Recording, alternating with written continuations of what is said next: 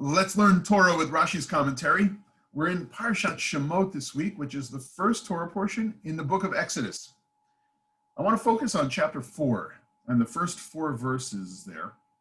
But we need a little background before we listen to Moses' response to God after he's challenged with the leadership mantle.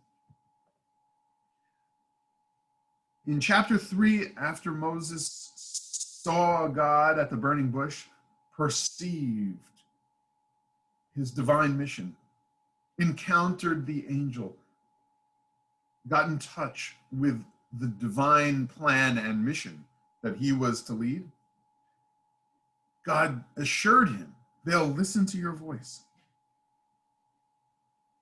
And so Moses answers at the beginning of chapter 4, verse 1, Vayan Moshe, he responds, Vayomer, and here's what he said, Vehen lo ya'aminu li. They're not going to believe me. V'lo yishma'u b'koli, and they won't listen to my voice. Ki yomru, they'll say, Lo nir'a elecha Adonai. God never appeared to you. We have to understand this verse beyond its literal meaning. When Moses says, Lo yishma'u b'koli, that's a direct challenge to what God had told him back in chapter 3, that indeed they would listen to his voice. V'sham'u l'kolecha, as it says in chapter 3, verse 18. And secondly, what does he really mean that they'll say God didn't appear to you? Is he looking for something physical because he has the view of an Egyptian who's yet to shed that idolatrous outlook in his mind? And they'll say, there's no God that appeared to you, as if the Jewish people expect there to have been some physical manifestation of the Lord? Is Moses slandering God here by disagreeing that they will listen to him and that the Israelites' faith won't be strong enough to hear words of godliness and the divine plan from Moses? We've already established that the root resh aleph hey, to see, or used in the passive sense to appear, really connotes something more than just the physical sense of sight.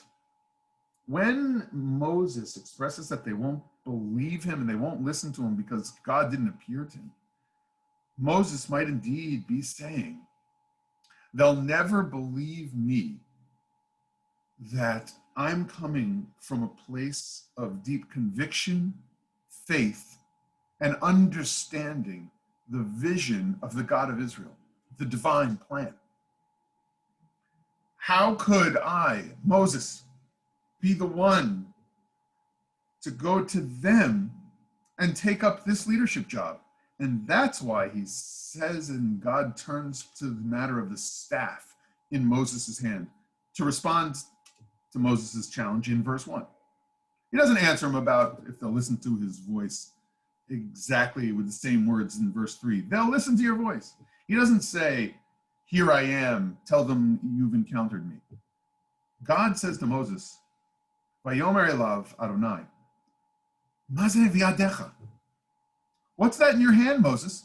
He's not just asking him to tell him, it's my staff. God knows it's his staff.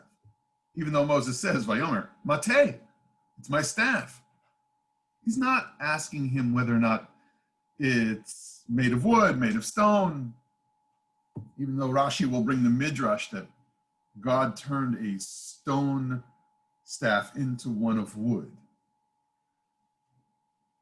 More, he's focusing on the first part of Rashi's commentary, which is, take a look at that staff in your hand, Moses, and understand what you just did.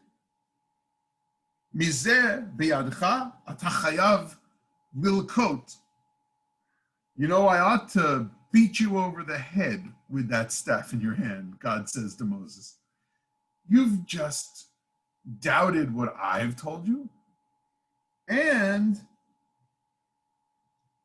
you've doubted the faith of the Jewish people.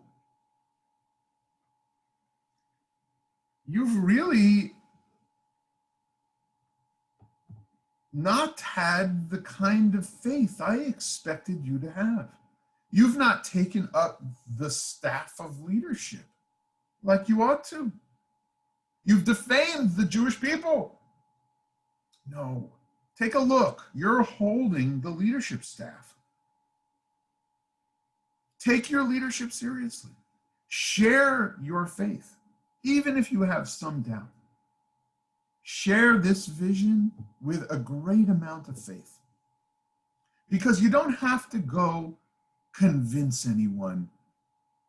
Moreover, you don't have to seduce them. And that's why in verse 3 of the Parsha, God tells Moses to throw down the staff to the ground and turns it into a snake. You could, from the very literal kind of point of view of this verse, see it as a magical moment. God changed the staff into a snake, as if to give Moses the reassurance with some power that sorcerers would have used and been known for in the ancient world. But that's not the point here. The point of the Torah is in the language God speaks to Moses. In the language we are reading as students of Torah, we get a sense that Moses sees this staff, he sees this leadership opportunity, and says, do I need to be like the snake of the Garden of Eden? And that's what Rashi brings forward. And it became a snake, Ramazlo Shesiper Lashon Hara al Yisrael. Number one, that he spoke evil words about the children of Israel when he saw that snake. And the tafash omenuto shel nachash, and that Moses thought of himself as potentially becoming a leader who was going to be like the snake in the Garden of Eden, that he would have to seduce the people, that his words of truth wouldn't be enough. And of course, that's not a bad thought for a leader, right? I don't want to be too seductive. I don't want to be like the snake in the Garden of Eden. I don't want to have to put a false face on what I believe is the holy mission we should undertake. But just as soon as God showed him his deepest concern about sharing the powerful vision that he now knew he was a part of and the plan to redeem the Jews from Egypt, as soon as he taught him about his own leadership concerns, had him be self-reflective on that by turning that into the snake, he told Moses, no, you will not be like the snake. Don't be so concerned. Grab the end. Shlach yadcha ve'echoz biznavo, verse 4. Take it by the tail as it lays there, squirming. Vayechezak, he took the staff, the tail of the snake, if you will, the end of the staff, and it became a staff in his palm. Here he took hold of his leadership. He knew he could speak words of faith. He knew he could share the powerful divine message that he received. He knew that he could link himself to his family of Israel. He knew that he could share his perception of God's hopes for the Jewish people, the enslaved family of Israel in Egypt, that they should all be able to lift themselves up and above and beyond the tyranny of Egypt and just accept, as a matter of fact, the policies of an evil Pharaoh. By watching his language, by his perceptions, by refining his perceptions of the Jewish people who he was about to lead, and trusting God that his voice would be heard and that people would have faith in him, Moses truly now gained the capacity as leader that he needed. This would ultimately lead to marching across the sea And in that miraculous moment, just before it actually, each day in our prayers, in our Shachrit service, we say, V'aminu baronai, that the people believed in God, Moshe Avdo, and in Moses, his faithful servant. Shabbat Shalom.